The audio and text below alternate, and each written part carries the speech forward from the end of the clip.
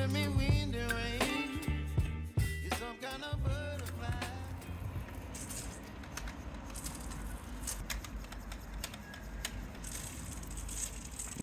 So once again, I've bought a collection, and again, I'm not sure I remember what's inside. So let's take a look.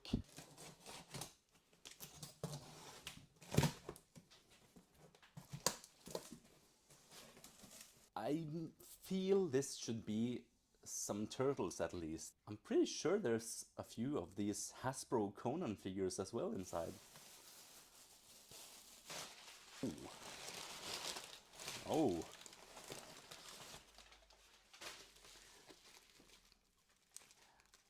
So this one I had forgotten about, but it's a very welcome surprise. Love that guy. And the Conan figures I mentioned.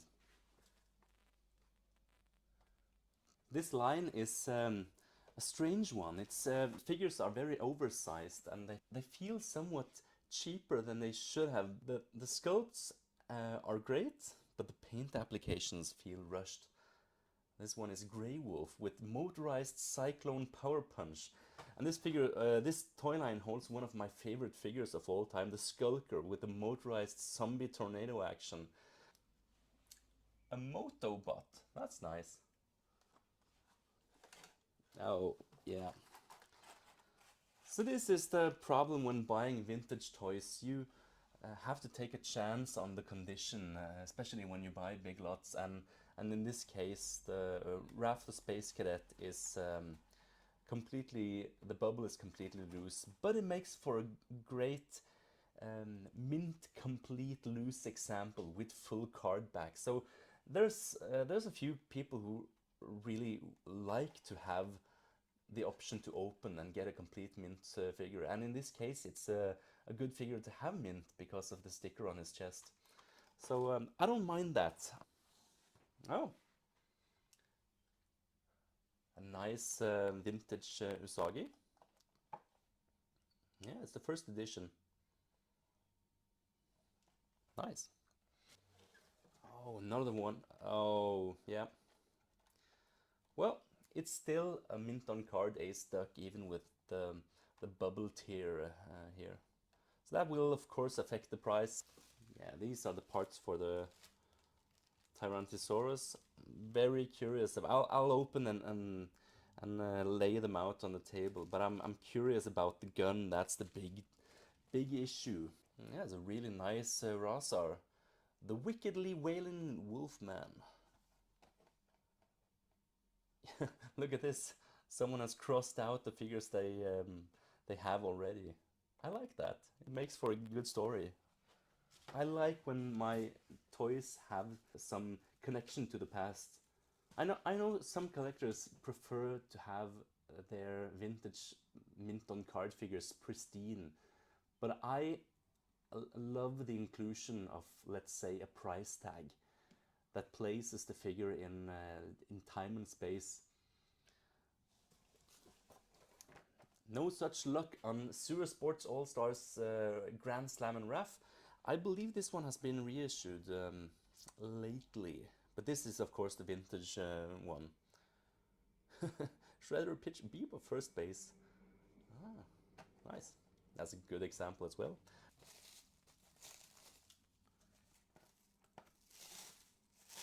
Have you ever paid attention to the accessories on vintage turtles? Because they have given each accessory a separate name. I find that a bit interesting, and it shows that they really put some effort into making these figures. This one with the somewhat yellow bubble. Yep. Oh, Dick Tracy.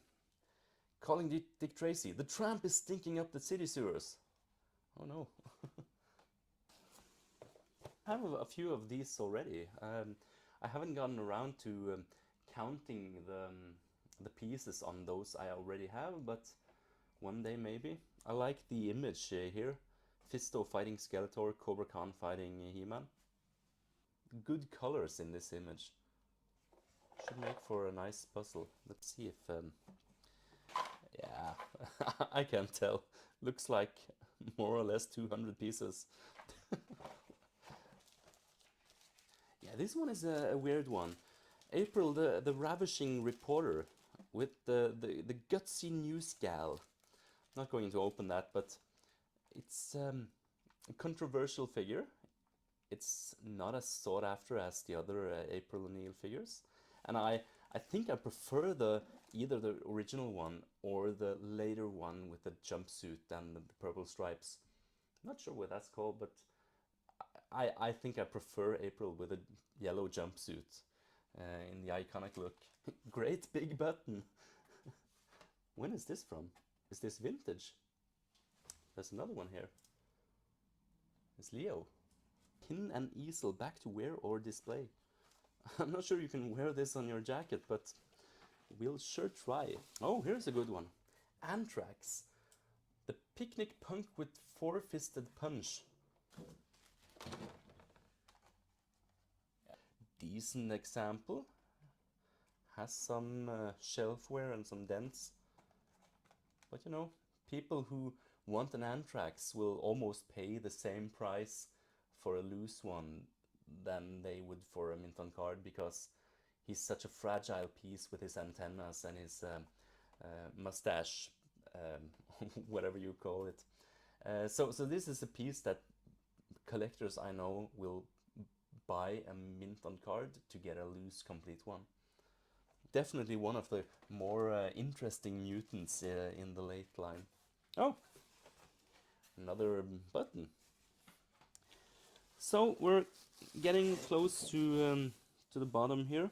Little Debbie oatmeal cream pies. You know, 12 sandwich cookies.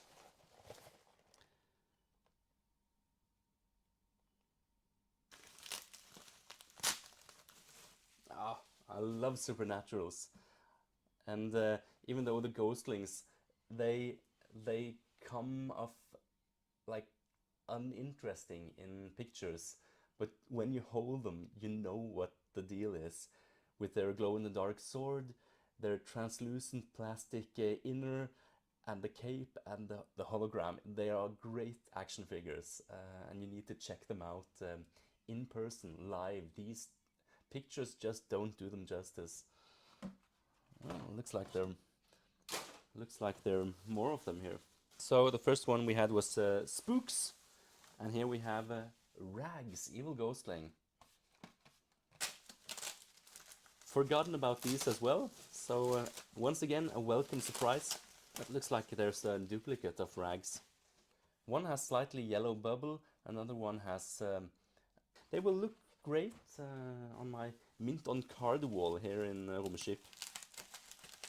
What's the biggest surprise you ever found in a lot you had forgotten about? Mr. Lucky. Yeah, for me this time around it was the Tyranosaurus, which I bought for like a year ago, and it's just been sitting in storage. So a very welcome surprise. So let's get this sorted out and displayed on the table. Definitely not the biggest lot I've gotten in, but it's a really nice one. There's some great pieces here. You probably see, let's count them: 1, 2, 3, 4, 5, 6, 7, 8 mint on card turtles. Of course, the Space Cadet Raf was completely loose from the bubble, so probably shouldn't count that as a mint on card. Same goes for this Grey Wolf, which I see have a loose bubble. That's how it goes. Really nice Anthrax. The ghostlings, and I really like these great big buttons. Honestly, I'm not sure what this is. Is it even vintage? I'll probably look it up a bit. I can't imagine these are worth a lot, but you know, interesting pieces to have in the shop. A nice puzzle, and of course, the big star of the show is the Tyranosaurus, which I've had 4 of these already, so this is my 5th one. Some have been broken in pieces, some have been complete, and this is by far the nicest example I've had. It's I'm careful to use the word, but it appears mint, absolutely unused. And how can I tell? No apparent scratches on the belly. And the joints are stiff. There's absolutely no scratches on the dinosaur skin. And the gun looks immaculate. I mean, this is a really rare piece. I guess you can... I guess we can document it a bit here, because this is how the whole... Yeah, this is the thumbnail for the video, right?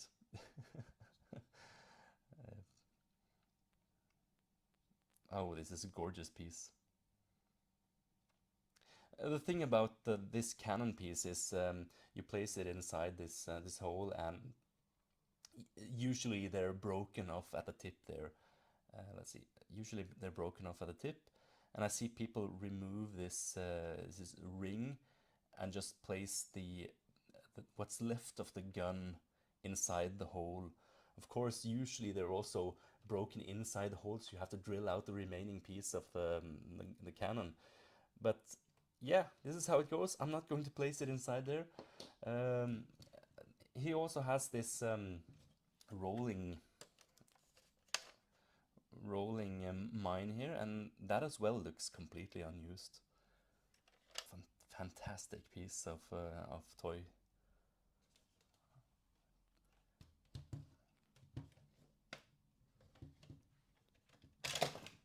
Yeah, play feature works. Oh, look at that mouth. He's been brushing his teeth. Yeah, so that was the lot. A bit, I would say, very different pieces this time. And a few high-end pieces, some mid-range mint on cards, and a few weird smaller items, just the way I like it. Yeah, so what did you like here in this lot? What's your favorite piece here? Is it maybe the supernatural ghostlings, the buttons, the turtles, maybe the dinosaur? Let me know in the comments, and like and subscribe and share, and come visit Romskip if you ever have the chance. It's the vintage toy store in Norway. This is Jon, I'll see you around.